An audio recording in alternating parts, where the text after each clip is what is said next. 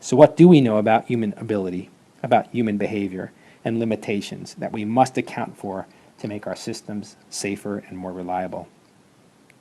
Well, we know that the setup of inadequate sleep is a major factor in human error. For example, employees are more likely to commit error between 12 a.m. and 6 a.m. even if they've slept during the day. And studies have shown that 24 hours of sleep deprivation impacts human performance as much as a blood alcohol level of 0.1 might. So, you can deliver a baby, make a difficult diagnosis, or perform a surgical procedure after being up for 24 hours straight. But if you were driving a car with a blood alcohol level of 0.1, you'd be legally drunk.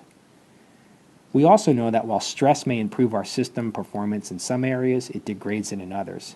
Studies have shown that stress usually has the largest negative impact on knowledge workers, which would, of course, be our healthcare workers. And healthcare workers today are seemingly under increasing stress.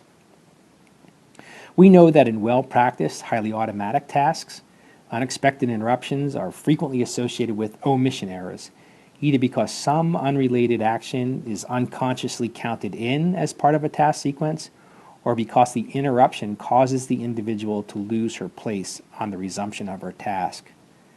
And as you know from your own personal experience, errors of omission, such as forgetting your grocery list when you go to the store, are much harder to detect and correct until it's too late. We know that we often remind ourselves or tell our staff to pay more attention, to slow down, and be more vigilant.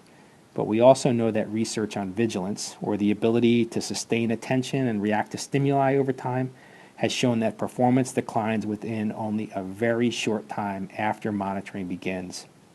And oh, by the way, we've known this since the 1940s. And finally, we've known for decades that memory is a very weak aspect of human cognition, and in particular, working or short-term memory is extremely limited in its ability or its capacity.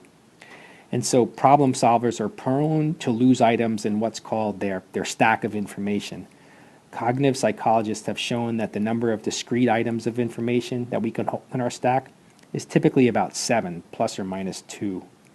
Humans compensate for the limited size of their working set by selective ignorance and what's called chunking. And that may be efficient, and it may have actually helped us get to the top of the food chain, but it's not safe, especially in medicine. And there's very little a human can do about it. It's part of the human condition, and it requires a system to address it.